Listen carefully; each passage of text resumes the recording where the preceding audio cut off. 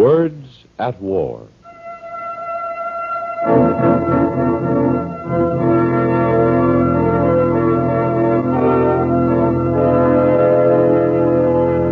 On Words at War tonight, we tell you of an actual event which took place in December 1942. Tonight, the story of the incredible adventures of the Coast Guard reserve boat 3070.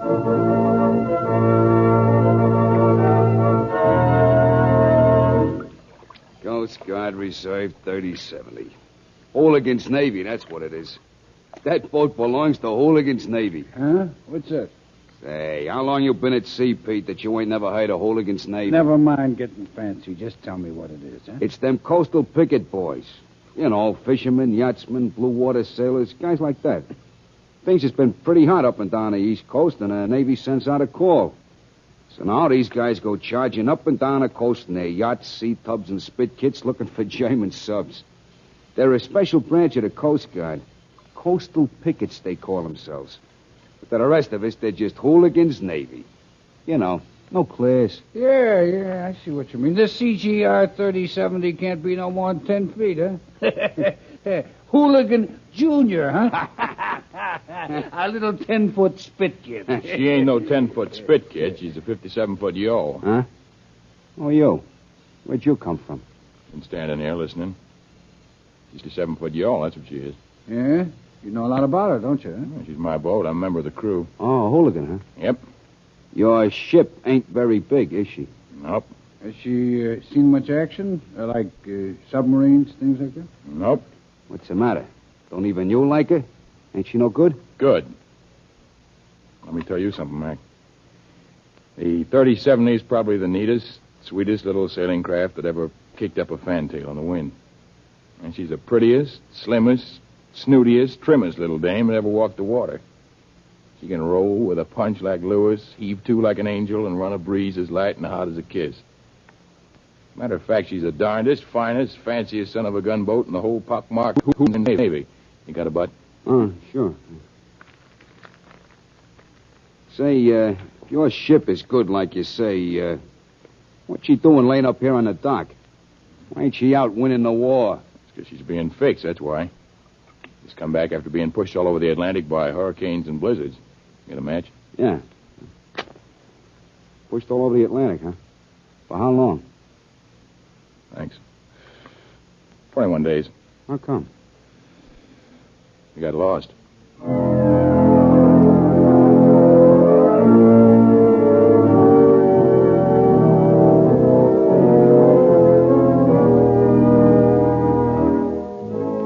The National Broadcasting Company, in cooperation with the Council on Books in Wartime, brings you an account of one of the greatest searches in American naval history. The epic story of a gallant little coastal picket boat written by Lieutenant Lawrence Thompson. The Navy Hunts the Cgr 3070.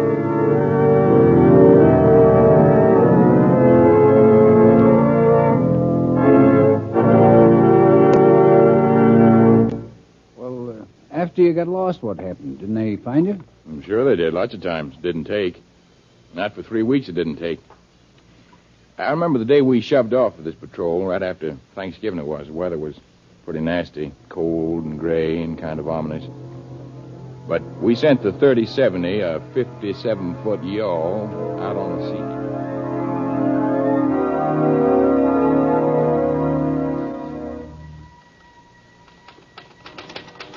Log of Commander, Eastern Sea Frontier. Entry. At 1300 o'clock, Army bomber 35998 reported unable to take off for prescribed duty. Engine trouble. Another escort provided outgoing merchant ships. At 1800, message received from Cgr 3070. Arrived at station 50 miles off Greenport, Long Island.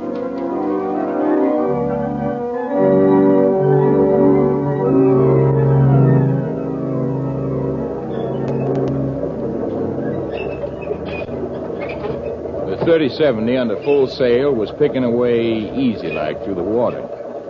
There's 9 of us aboard, counting the skipper, me and Smitty and Jobby and George, and there was Watson and Joe Choate. He was the exec officer. There was 9 of us altogether. Now, Smitty and me was topside on watch. It was night, We couldn't see so good, so we was watching with our ears, kind of. For German submarines, that is. I said to Smitty, boy, I'd like to see a submarine. I sure would like to see one. Yeah, I need to see a submarine like I need a ring in the nose. I wonder what we'd do if we seen one. Yeah, that's easy. We'd drown him. Yeah? How? Sure. We'd creep up on him. You see, that's where a sailboat's got it all over a destroyer or a PC. No motors making noises. We'd creep up on him, see? Yeah, well, then what? You can't shoot him. No guns. Quiet, will you? I'm telling you. We'd creep up till we got even. Then we'd come about real quiet. We'd come about till we were right alongside, and then... Yeah? And then we all take turns spitting down a periscope, see? We'd drown them. I'm dying from laughing. Well, what'd you ask me for? You know what we'd do. We'd radio ashore and they'd send out bombers and destroyers, you know. Yeah, I know. Well, what's the matter then? You don't like your job? Sure, I like it. It's just that I'd like some action, that's all. Action? Yeah? What size? Ah, cut it out, Smitty. You know what I mean. It's okay, but I'd rather... Hey, shush. Huh? I heard something. Sub? Yeah, wait a minute. No, I guess not. Oh, wait. I heard it, too. Right over there. Submarine! Where? Surfacing, 2 points off, port bow. Submarine! Hey, where'd you see it, Bill? Over there. Wait, nothing. Hey, wait a minute, it's gone. Must have submerged. No, there it is, there. Where?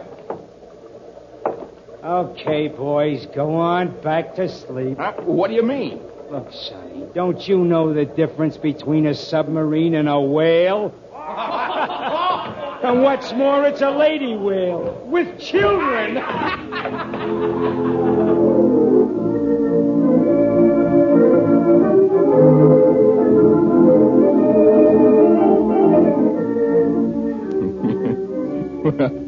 That's pretty much how time went.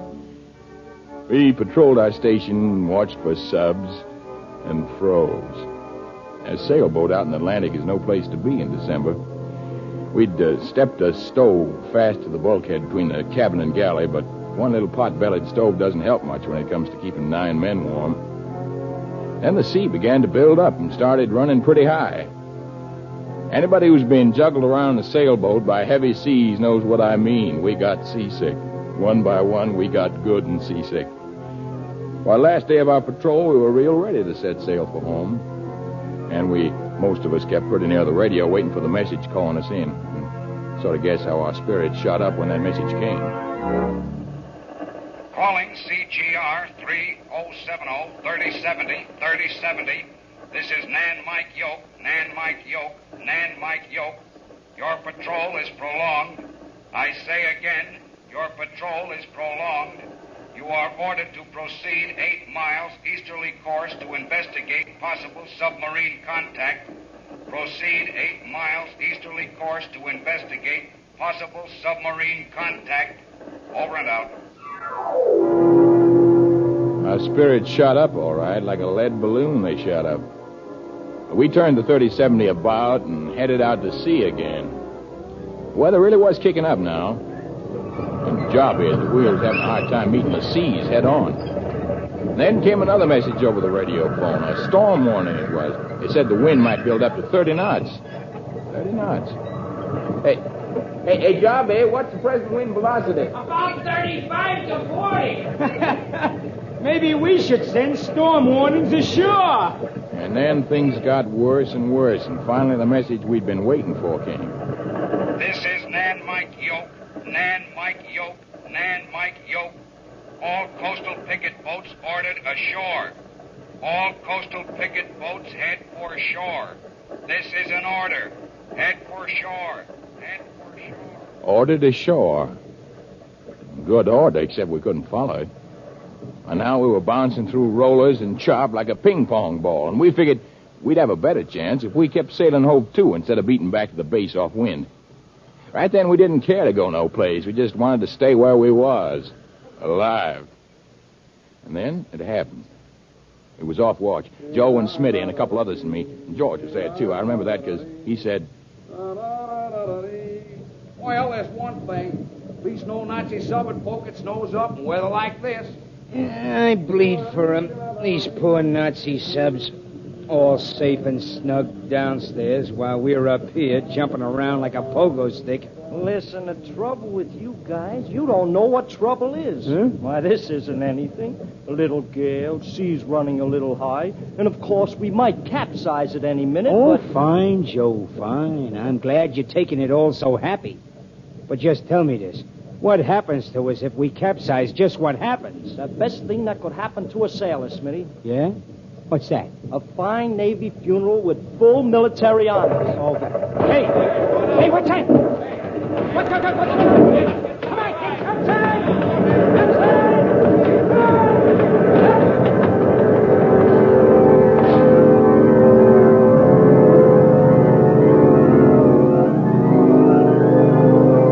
So we got it. It was like being hit in the side of the head by a cannonball. All of us was swept all over the cabin like dice in a box. All the furniture broke loose.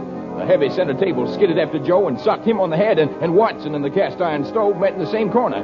Only Watson got there first, and the stove landed on top of him. Both guys are hurt bad, but we didn't know it at the time. Soon as we could, we scrambled up the deck. We were sure Chubby'd been washed overboard, but he wasn't. He was hanging to the wheel, gulping kind of, and pointing off to leeward. Hey, look there. Yeah, I see it. There goes our lifeboat. Yeah, look at that. It even took its paddles. Oars. Well, that's what I mean, oars. It even took its oars. After a while, we realized the 3070 wasn't going to sink, so we kind of collected ourselves a bit. Our little boat was hurt bad. Her mizzenmast had snapped off. The shackle had carried away at the head of the storm trysail. What was left of the other sails was rags and tatters. What had happened was we got caught in the trough of a couple of breakers, and the coming breaker had swamped us like a beach swell cracking up a toy boat. The 3070 was hurt bad. But somehow she was still sailing. We were still going. We won't be going for long unless you guys get your tails up and start bailing. We bailed. We hauled pans from out the galley, and for 2 solid hours we bailed. And all the time, Smitty kept worrying us with his talk about seams. The seams is open. They can't be. We've been drowned. Okay. Only I'm saying it ain't natural for all this water to be down here. The seams is open. And I'm saying they can't be. Okay. We kept on bailing, except for Watson and Joe. Watson's ribs had been smashed when the stove fell on him, and Joe had got a big gash on the head from the center table. We lashed them both in their bunks. The ship was rolling so hard they had to be lashed in. And Joe lay there holding a towel to his head. We watched the blood sop through the towel the way coffee soaks up a lump of sugar. There wasn't nothing we could do about it. We felt bad about not being able to do anything. We tried to cheer him up. We told him we're sure to be rescued before dark. Sure. It's 1 now. Why, they'll pick us up by 5. We're sure. We're in a good place to be picked up. Yeah, I'll bet you $1,000,000 that the whole Navy gets here by 3. It got darker and darker. Finally, we couldn't even see the bowsprit. It got cold out, real cold. And snow drove hard in our faces like frozen rain.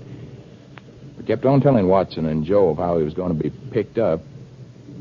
Well, lots of rescues is done in the dark. Why, listen. The Navy's got spotlights, can pick a man out 10 miles off, 100 miles maybe. Ha! We're a cinch.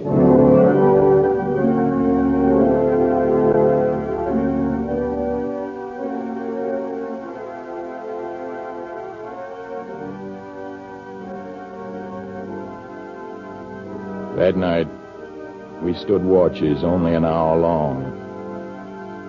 As the fellas came below, freezing cold and soaking wet in the spray, they'd be so wore out they just fell on the bunks, on the cabin deck, boots and all. Wherever they lay, we'd cover them up with soaking wet blankets and hope the heat from their own bodies would dry them out. It was a long night, cold, long and cold, and black as a pocket. And as it dragged on, we stopped talking about being picked up.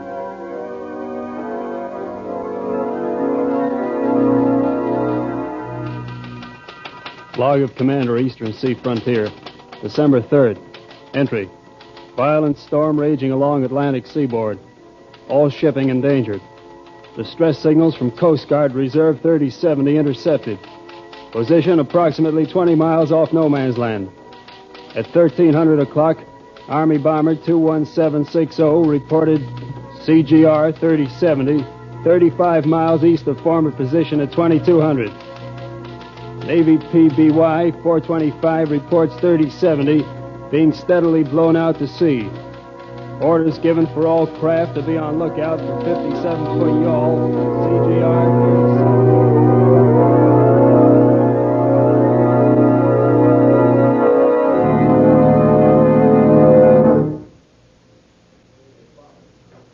A big Army bomber circled around us, flew off, and didn't come back.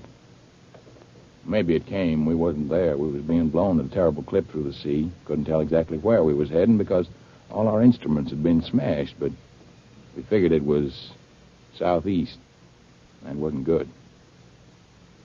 On nothing but bare poles, our little boat was running out to sea, bouncing through the chop.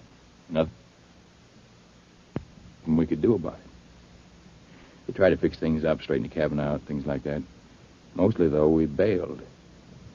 Except for Smitty, he was trying to fix a radio which had clunked out from our sending distress signals so much. We kept asking him, how you doing? She won't go.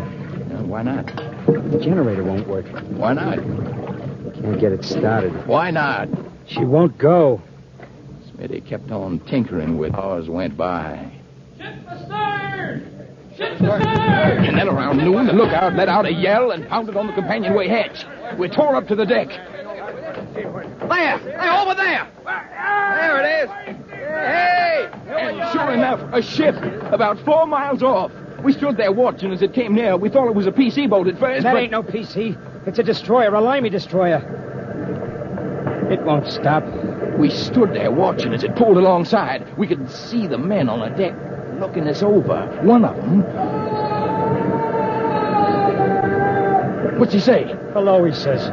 Us stranded in the middle of the ocean, and he says hello. Take it easy, Smitty. They're going to pick us up. Joe was right. The destroyer swung around and closed to us on our starboard side. The seas were still running heavy, so the destroyer pumps bunker oil on the water to smooth it so a tow line could be floated down to us. We got the tow line all right, and with it came big black globs of thick oil, which washed up over the taffrail and covered us and the yawl like a coat of slimy glue. But we didn't care. We was so happy to be in tow, we didn't even care where they was towing us to.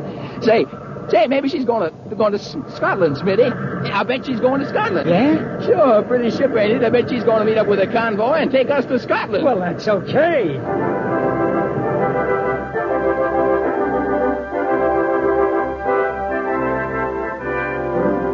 And so we slammed through the water in the wake of the limey destroyer. A heavy fog came up so we couldn't hardly see the limey that was towing us, and the sea would spank against the bar like the water was cement. We didn't care. We was happy guys, real happy. Until about midnight that night. What's happened, Joe? Why are we slowing down? It's the tow line. What's the matter with it? It broke. Hey, come back, will ya? We quick put on our spreader lights and shut off some red flares. And we yelled at the destroyer. We kept on yelling for a while, but it wasn't no use. She didn't hear us. And pretty soon she'd disappeared into the mist, and we couldn't see her no more. There goes Scotland. And she didn't even know she lost us. I met a Scotchman once. He wasn't stingy at all. I remember thinking it funny at the time, because in a joke, Scotchman's got to be stingy. But not this guy. I remember distinctly he didn't have no hair, and he wasn't stingy. She don't even know she lost us.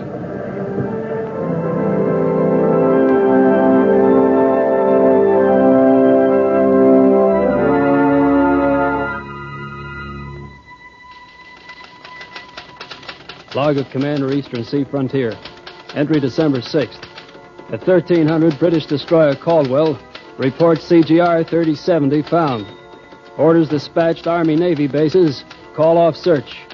Missing yawl located at 1900.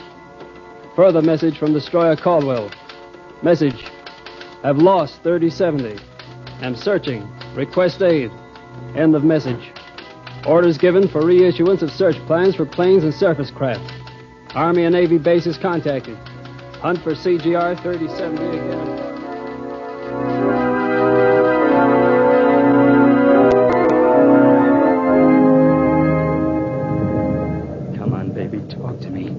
can do it. Just try. All I want's a few words, only a few little words. Come on, baby, talk to me, talk to me. Joe started again, trying to make the radio work while the rest of us nailed tin cans over most of the holes in the 3070, so we didn't have to bail so much anymore. See, after the Limy destroyer lost us, we decided we had to do something ourselves. We figured we could rig our forestaysail to the mainmast like a storm trysail, except it was torn and full of holes, and we had to sew it first. So those guys who wasn't topside on watch sat around the cabin sewing. Meanwhile, Smitty and George figured out a way to strain the salt water from out the gasoline in the generator, and that way they was sure they could get the radio phone working. It was December 9th, I think it was, 6 days after we'd been socked by the storm, and Smitty was fooling around with the radio like he always did, cussing a bit, and talking to it like it was alive. Come on, the words. Out with the words. You can't say 'em if you don't try. Hello, baby, some more now. Try a little harder. Come on. You ain't trying. That's stuff. That's the radio. A little more. Come on, baby, work at it. Come on. Calling CGR 3070, 3070, Gee, 3070. It's talking to me. Nan Mike Yoke. Keep it up. Nan Mike Yoke calling CGR 3070. Message for 3070. Go on, Smitty, go on. Talk back, answer it. CGR 3070 here. Go ahead, Nan Mike Yoke. Go ahead. 2200 tonight. I say again, I repeat, all stations east coast will keep silent and listen for you to make a report at 2200 tonight. If possible, make a report at 2200 tonight. Nan Mike Yoke off. We worked. All afternoon we worked, getting ready for our radio program that night. We was nervous. See, even the skipper was kind of nervous. And he said Smitty should be allowed to do the talking because he'd fixed the radio. As the hour came close, we got more and more keyed up. Smitty kept fumbling with the radio and clearing his throat, kind of. And then Joe gave the word. Okay, Smitty, start talking. All right. Come on, baby. You got to do it now. It's not working. Give it a chance to warm up, will you? Give it a chance. Come on. Atta girl. It's going to work. Calling CGR 3070. Nan Mike Yoke calling 3070. Come in, please. Come in. Go on, Smitty. CGR 3070 here. Exact whereabouts we don't know, but we think we're 400 miles offshore, latitude equal to about Atlantic City. Seas heavy, weather real unfavorable. Request aid. Over to you. Report from you. I say again, all stations standing by to pick up report from you. This is Nan Mike Yoke calling CGR. Listen, Nan Mike Yoke, this is 3070. We're here, about 400 miles offshore, latitude about even with Atlantic City. Request help. Over to you. Call him again, Smitty. Call him again. Nan Mike Yoke. 3070 calling Nan Mike Yoke. Come in, please. Come in. Over.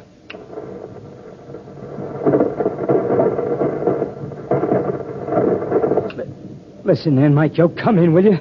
Come in. No, you, Smitty, it's dead. I know. Position unknown. Seas running heavy. Weather unfavorable. Request you find us. I say again... Cut it out, Smitty. Huh? Yeah, sure, Joe. Sure. I guess I knew it wouldn't work. I guess I knew. The radio never worked again after that night.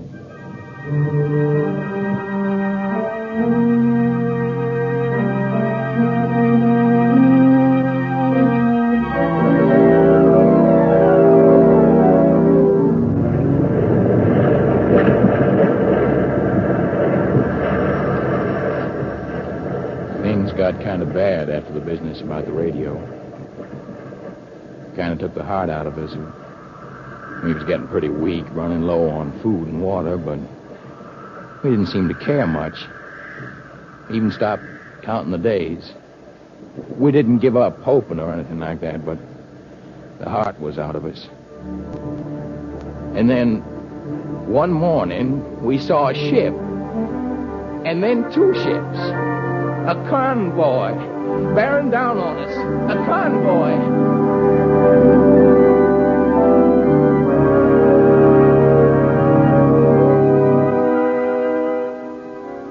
It wasn't their fault they couldn't help us. They tried. The leading destroyer swung around behind us and tried to tag us with a tow line, but they couldn't. So they chased us through waves as big as mountains. They chased us on a zigzag course with the entire convoy. The 30-70 zipping along, dancing in and out around the merchant ships with the destroyer like a big old sheepdog lumbering after. We could see guys lining the rails of the merchant ship, staring goggle-eyed. Must have looked pretty funny popping in and out like that. They didn't laugh, though. Nobody laughed. I guess they knew our little boat couldn't help itself. They knew we was being whipped by the wind. After a while, the destroyer stopped trying to catch us. And so we stood there, hanging on the rail, and we watched the destroyer and the convoy go away. We stood there, and we cried like we was babies.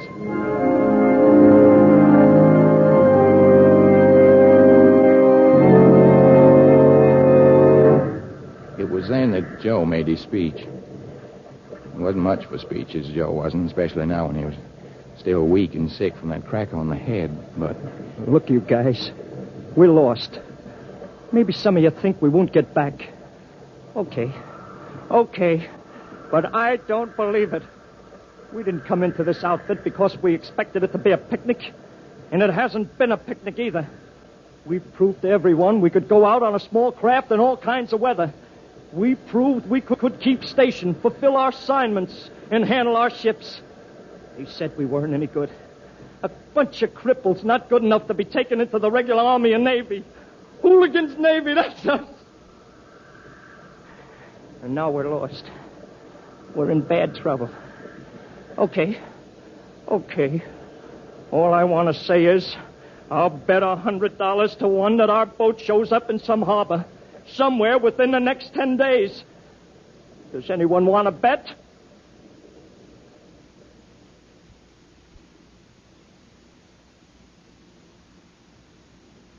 Two days later, we was rescued. Yeah, we came in on our little piece of torn sail until we landed just off the coast of North Carolina, where a patrol boat found us and towed us the rest of the way in. And when we got to the dock, we walked ashore. All of us. Nobody asked for help. We walked. And, well, that's about all there was to it. The Navy got us all fixed up, and they're fixing the 3070 now, and pretty soon we'll be back on the job patrolling again. You got another butt? Huh? Oh, yeah, sure. That was the second worst thing about the whole business. We ran out of butts early. Yeah. Thanks. That was tough, all right, but worst of all, we felt kind of like we'd failed somehow. All of us on the 3070 felt bad about it, real bad. What do you mean you failed? Well, you see, the whole time we was out there, we never sighted one German submarine. It's like you guys said, we didn't meet no trouble, no action. You got a match? Oh, yeah.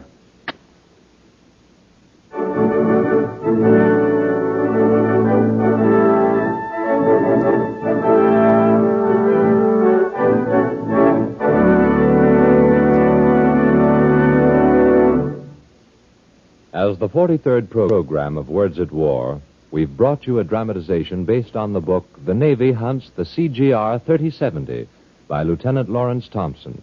The book was adapted for radio by Edith Summer of the NBC script staff. Heard in the role of narrator was Lamont Johnson. Others in the cast were Walter Vaughn, Walter Burke, Jackson Beck, Michael Brown, and Michael Everett. The music was by William Meader, and the production was under the direction of Anton M. Leader.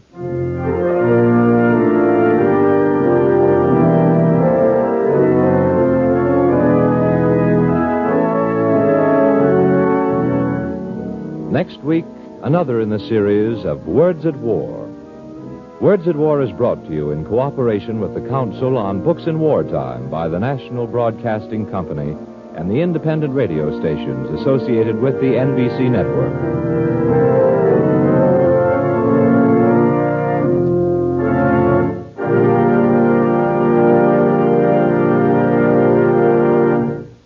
This is the National Broadcasting Company.